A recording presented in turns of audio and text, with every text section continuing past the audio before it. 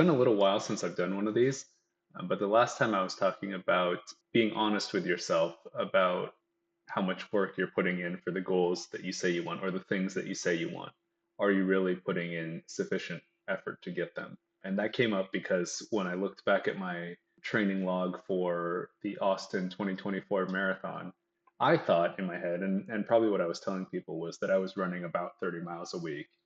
And when I look back, I saw like, yeah, in the beginning when I was super motivated, I was hitting 30, about half the time I was hitting 30 miles a week. Sometimes it was 20s, and then there was one really big one, 40. But then it kind of tapered off. I completely went down to the point where I was running maybe once a week, maybe twice a week. There's a whole bunch of reasons for that, right? Running just wasn't a priority for me. I was still working full time. And yeah, the reality was I thought in my head I was putting in 30 miles a week of effort, and the reality was, on average, I put in 22 miles a week of effort, and some weeks were really low.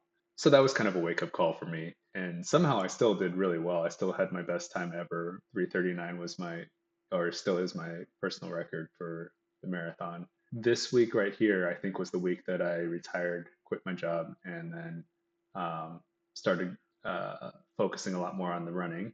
Just right before the marathon. This is the last week. I believe this even includes the marathon itself.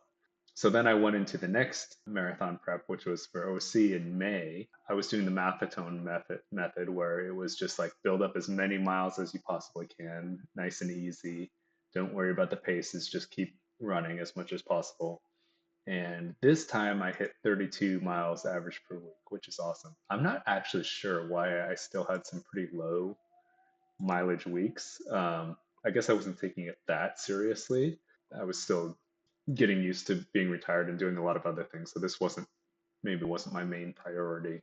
But anyways, I ended up cramping up in that race for a variety of reasons and not doing as well as I hoped, even though I had been running more volume wise.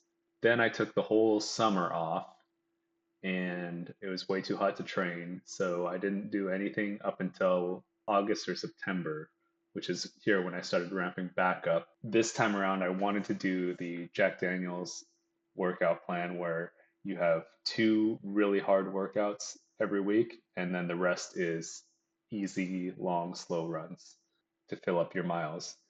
And my goal was to get over 40 miles a week and complete all the workouts. Started building up. I believe the workout plan starts around week 18. So these ones were just like getting back into the swing of things.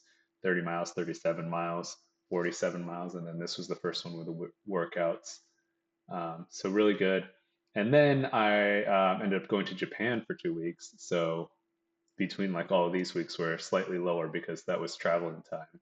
Not going to worry about that. I had an awesome time in Japan and I'm so glad that I went and I don't regret it at all. When I came back, I moved to California to stay for the holidays and then it was awesome there. It never got too cold in San Diego and it hardly ever rained or anything. So I got to run pretty much whenever I wanted to. And so I had no excuses for having these like really good weeks where I hit all my goals and did all the workouts and everything. And they were hard too. Like I've never completed this Jack Daniels build-up plan before because I always get injured or I get burned out or something happens. And so it's like super exciting for me that I actually went through the whole program and finished all the workouts and I didn't get burned out. I'm still excited about running the threshold runs though. Oh my God, I can't. I really struggled with keeping those paces. I dreaded those ones, but the other ones were all really good and I was able to do them and they felt good afterwards. I think the only thing was like during these 2 weeks, I had really bad shin splints, so I lowered the mileage a bit. And I think I only did the workouts on those weeks, and then I didn't do the long runs. I just let myself rest a little bit, and then it got better. So I was back up to like 40, 50 miles here. And then I think this week, the lowest one there was just because like that was the week that I moved back to Texas. So we had the road trip from California to Texas and took a few days off to move and stuff like that and get settled back in, but then still managed to hit 40. And then we're right back at it, finished our workouts. And then this is taper week. So I'm actually not running at all this week. Maybe I'll do one shakeout run here today or tomorrow, and then the marathon's on Sunday. So 2 days from now, I'm excited to see. I'm just gonna put a 26.2. I mean, maybe it'll be a little bit more, but excited to see like what our result is from actually finishing the build-up plan. Pace target that I have is 3:30. So based on all the workouts, it says if you complete all these workouts, you'll be able to do a 3:30. We'll see. I really hope so.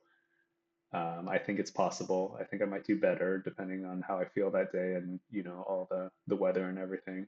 My Garmin prediction says something like 3:31 or something is my marathon prediction. So I'm really kind of motivated to prove that thing wrong and get under 3:30.